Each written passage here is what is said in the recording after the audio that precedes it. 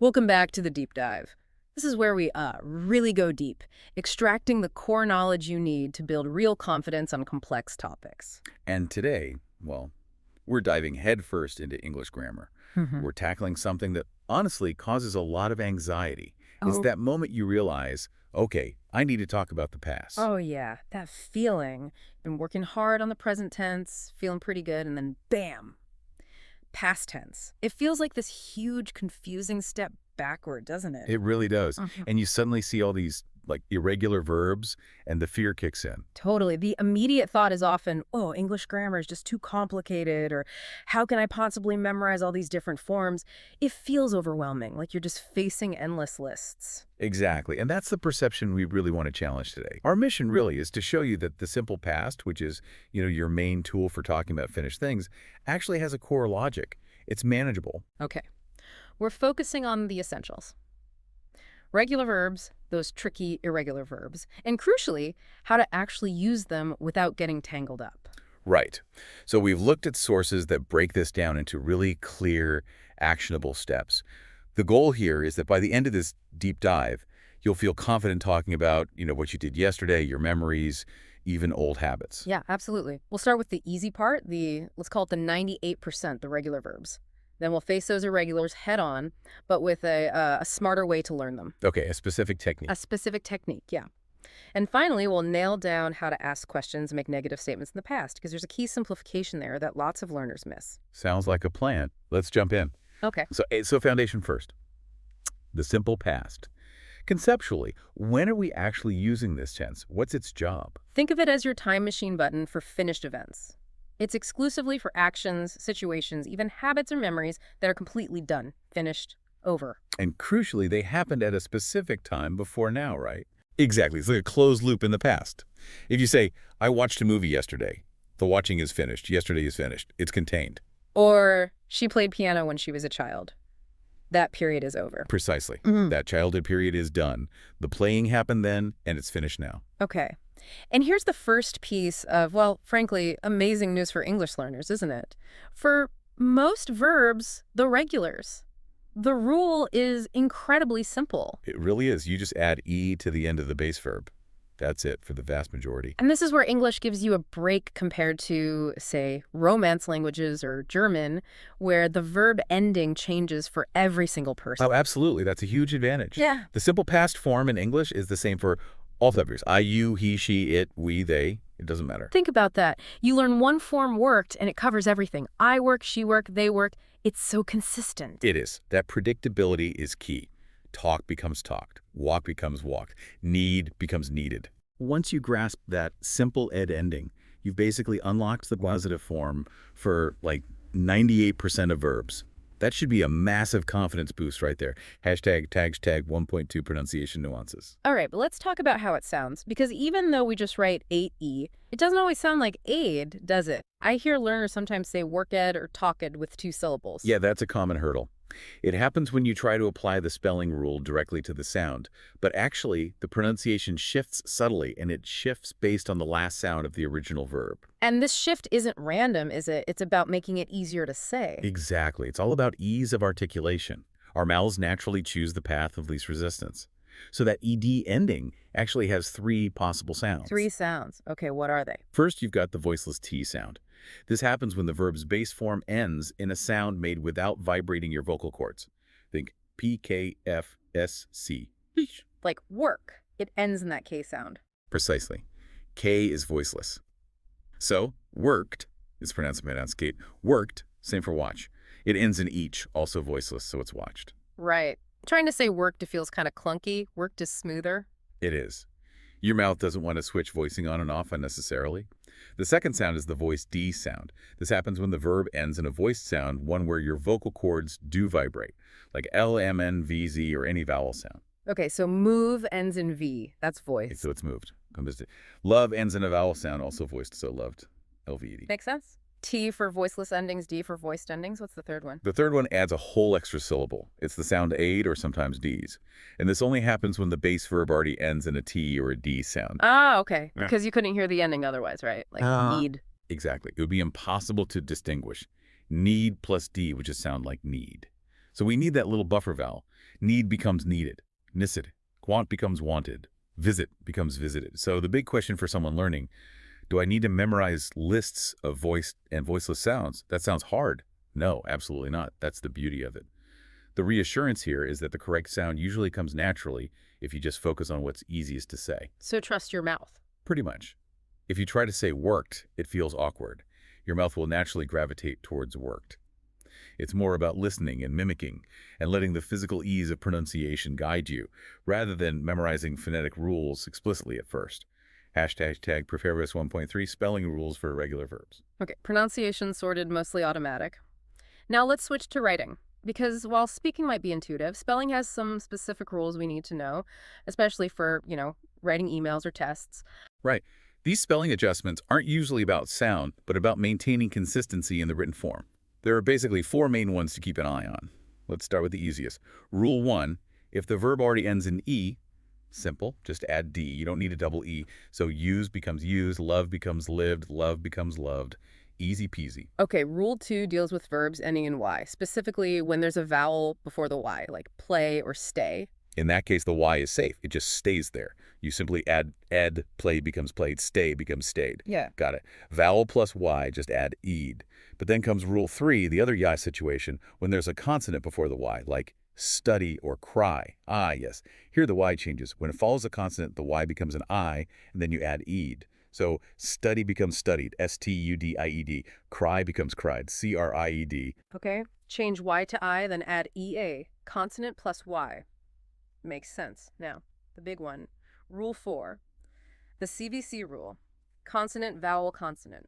This one seems to cause the most confusion, maybe because it involves stress. It does, and it's a bit more complex, but it's vital for correct spelling. The rule is, if a verb ends in CVC, one consonant, one vowel, one consonant, and that final vowel is tonic, meaning it's stressed, it carries the main emphasis of the word, then you have to double the final consonant before adding E. Double the final consonant. Okay. Why? What's the point of doubling it? It's usually to protect the sound of that short vowel. English spelling is quirky, and doubling the consonant is often a signal to the reader, keep this vowel sound short. Okay, examples like stop, S-T-O-P, that's CVC, exactly. And the O is the only vowel, so it's definitely stressed. It's tonic. If we just wrote stopped, someone might be tempted to pronounce it with a long O sound, maybe like sloped. To make sure it stays the short sound, we double the P, stopped. Ah, I see. Same for plan, P-L-A-N. CVC, stressed A, yep, becomes planned. Or think about a word like control. Even though it has 2 syllables, the stress is on the end. Con-dro-O-L, that O-L fits the CVC pattern with a stressed vowel, so controlled. Okay, so the doubling is like a visual cue for pronunciation. But what about the exceptions? When do we not double? You mentioned stress being key again. This is crucial. If the verb ends in CVC, but the stress, the tonic vowel, is not on that final syllable, you do not double the consonant. Like open, O-P-N, N-C-V-C. But we say open. Stress is on the first syllable. Perfect example. Since the stress isn't on that final E, we just add eat, opened. No double N. Same for happen, ends, P-E-N, C-V-C. But it's H-A, happen. So happened, or listen, L-I-S-T-N. So listen. So you really need to listen for where the emphasis falls in the word. You do. It's a slightly more advanced skill, but it explains so many spelling patterns. Let's try a tricky pair. Refer versus offer. Okay, refer, stresses on the end, refer-R, ends F-E-R, C-V-C. Stressed vowel. Some more double referred. Exactly. Now offer ends F-E-R, C-V-C again. But the stress is on the first bit, O-offer. Right. So no doubling. Just offered. Wow. Okay. That distinction, knowing where the stress falls, is actually quite powerful for getting the spelling right. It shows there is a system, even if it seems complicated at first. There really is. Nailing the CVC stress rule helps avoid one of the most common writing mistakes. All right, so we've built a solid foundation with the regular verbs.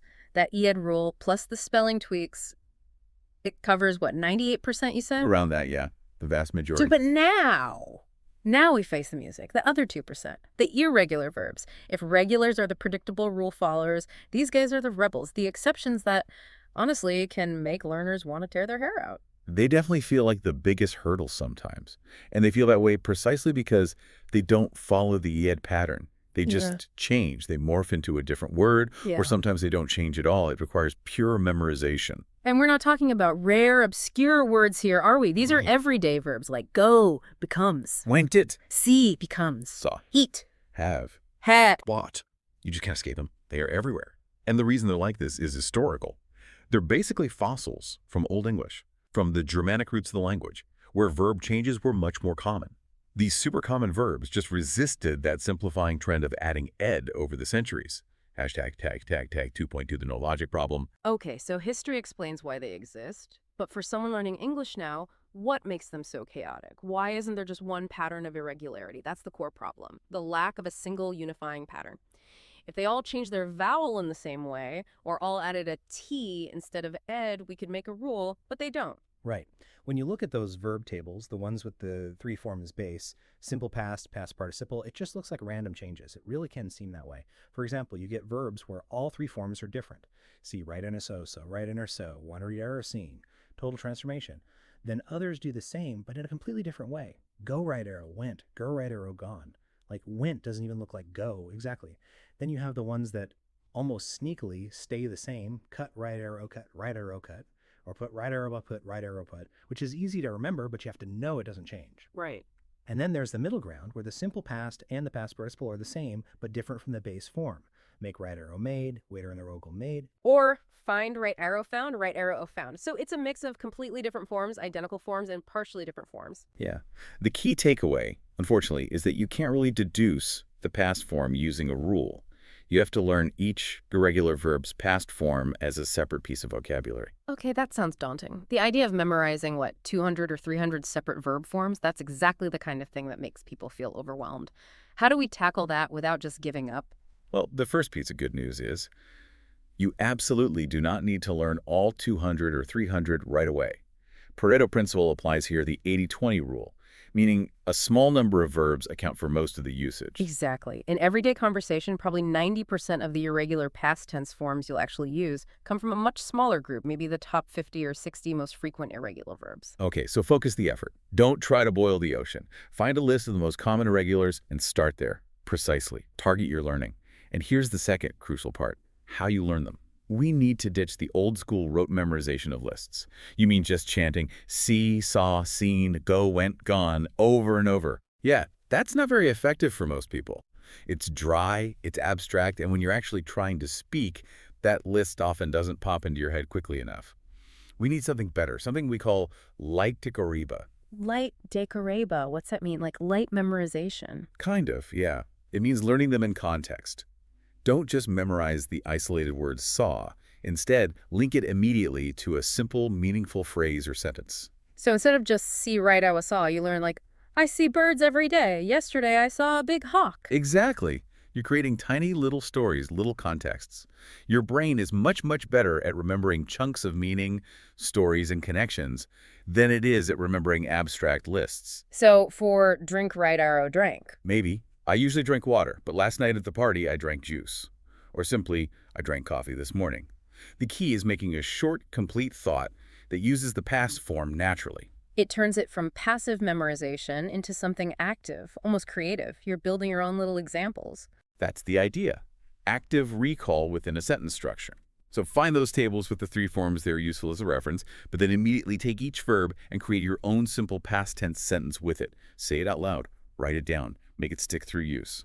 That sounds much more manageable and probably more effective in the long run for actually using them in conversation. It really is. Focus on the top 50-60, use this contextual sentence method, and you'll conquer the irregulars much faster than you think. Okay, so we've covered regulars and tackled a strategy for irregulars. Before we get into the structure for negatives and questions, let's just quickly recap the simple positive statement again. Right. For a positive sentence, it's straightforward. Subject plus simple past verb. Either the regular form ending in me-ed or the specific irregular form you've memorized. I walked, she ate, we studied, he went. No extra helper verbs needed. Exactly. Simple structure. But there is one major exception we need to highlight again because it behaves differently. The verb to be. Ah, yes. Good old to be. Always got to be special, doesn't it? It doesn't just have one simple past form. Nope. It's so fundamental it held on to its older, more complex forms. In the simple past, to be has two forms you have to learn. Was and were.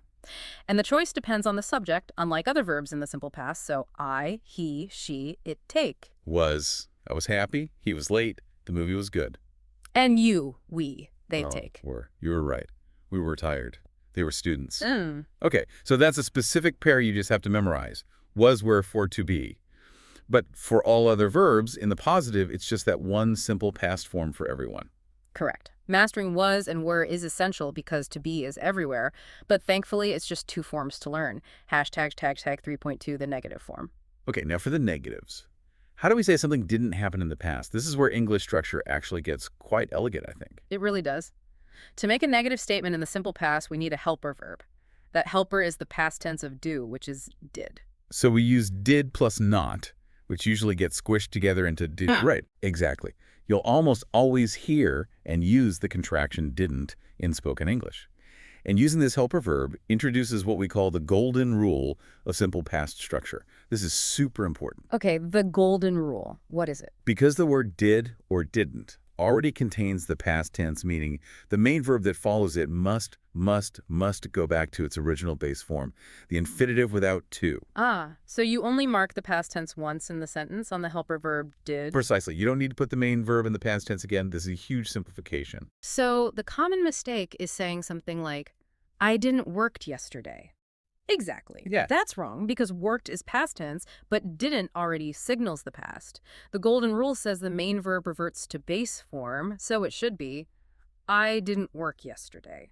And this works for irregular verbs too, right? Which is fantastic because you don't have to remember the irregular past form in the negative. Yes, that's the beauty of it. You don't say, she didn't went to the party. Didn't handles the past tense. The main verb go stays in its base form. She didn't go to the party. Or, we didn't eat lunch. No, that's wrong. It's we didn't eat lunch. That's brilliant. So once you bring in didn't, the main verb becomes easy. It's always just the base form, whether it's regular or irregular originally. Exactly. That auxiliary verb did carries all the past tense information, freeing up the main verb. Master didn't, and negatives become simple. Hashtag 3.3, the interrogative question form. Okay, so that same elegant logic, that use of the helper did, must apply to questions too, right? It does, perfectly. To ask a simple yes-no question in the simple past, we again use the auxiliary verb did. And where does it go in the sentence? Right at the beginning, before the subject. The structure is did plus subject plus base form of main verb, base form again. So the golden rule applies here too. Absolutely.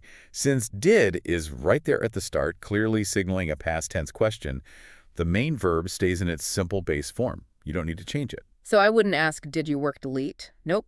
Did takes care of the past. It's did you work late? And for an irregular verb, not did she went out, but Did she go out? The base form go. Okay. And what about questions that start with way words, like where, what, when? Same principle applies. The way word comes first, then comes did, then the subject, then the base form of the main verb. So where did you go last night? Not where did you went? Correct. Or what did they eat for dinner, not what did they eat. That auxiliary did consistently forces the main verb back to its base form in all questions. That really is a key simplification. Mastering did and didn't basically unlocks half of your communication in the past tense, the negatives and the questions, without needing to worry about the regular E or irregular past forms for the main verb in those cases. It's a huge structural advantage in English.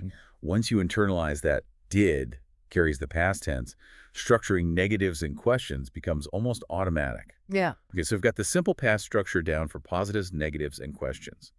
But this often leads to another big question for learners, especially as they get more advanced. Which is? Why does English have other past tenses, like the present perfect? If I'm talking about the past, why can't I just always use the simple past forms we've just learned? When do I have to use simple past versus something else? Yes. The classic simple past versus present perfect confusion. This is a really important distinction to grasp for sounding natural, isn't it? Because in some other languages, the distinction isn't as strict. Exactly. In languages like Italian, Portuguese, or even some dialects of Spanish, you might use the equivalent of the simple past for a broader range of past situations. But English forces you to be more specific, particularly about the time. So the key difference lies in whether you are specifying when the action happened and if that time is finished. That's the core of it. The simple past is your go-to tense when the action happened at a definite, specific, finished time in the past. Okay, so if I mention the time explicitly, think of time expressions that signal a completed period. Yesterday, last week, last month, in 2010, 5 minutes ago when I was a child, on Monday. If you use one of these, you almost certainly need the simple past. So I saw that movie last night. Simple past saw because I specified last night. Perfect. The time marker last night locks it into the simple past. But what if I just want to say I have the experience of seeing that movie, but I don't say when? Now you're moving towards the present perfect.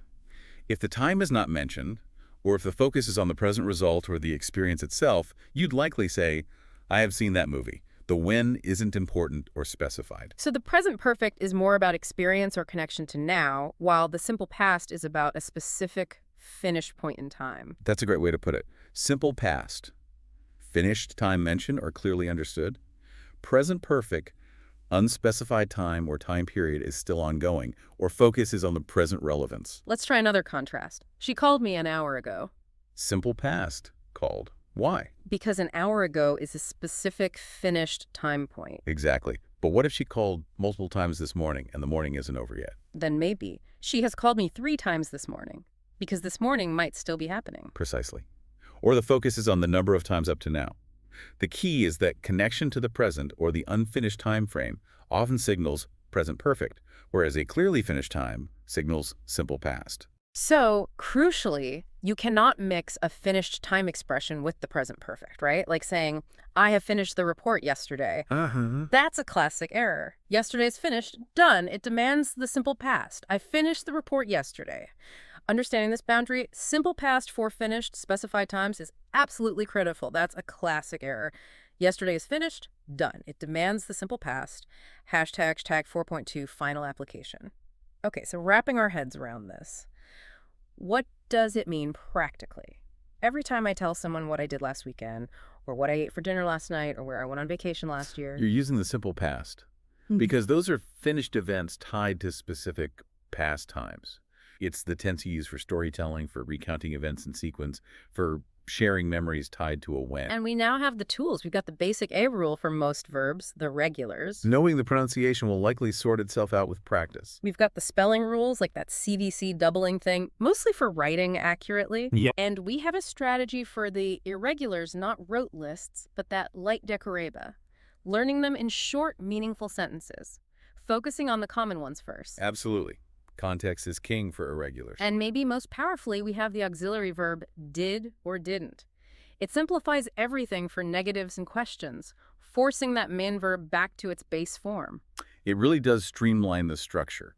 Less to remember in those situations. So the system is actually quite logical once you break it down piece by piece. It is. It might seem daunting at first, but the underlying structure, especially with did, is designed for efficiency. Hashtag tag outro. All right, let's quickly recap the absolute core nuggets from this deep dive. Simple past, essential for finished actions at specific past times. It's the huge majority. Just add et a ed. Remember the spelling tweaks like CVC doubling for writing, but trust your ear for pronunciation. The exceptions. No single rule. Learn them like vocabulary using our light decoreba method, short, contextual phrases. Start with the top 50 or 60. And the magic helper, did and didn't. Use it for negatives and questions. It signals the past tense, so your main verb always goes back to its simple base form. No double past tense marking. That's the essence of it. Okay, now here's where we turn this knowledge into real skill. Information is great, but action is better. So here's our challenge to you. Pick 5 regular verbs you use all the time. Maybe talk, work, watch, listen, ask. And pick 5 common irregular verbs. How about go, eat, see, have, make? Just 10 verbs total. Okay, a manageable set. For the next week, consciously practice using only these 10 verbs when you talk or think about the past. If it's a positive statement, use the correct simple past form. Talked, went. If it's negative or a question, use didn't or did with the base form. Didn't talk, did you go? Force yourself to apply the rules actively with just this small set. Exactly. This kind of focused practice, this immersion, will build the habit and the confidence much faster than trying to learn everything at once. It will make the structures feel automatic. So don't just let this information sit there. Apply it. Use those structures today, even if it's just talking to yourself about what you did this morning. Absolutely. Get started now.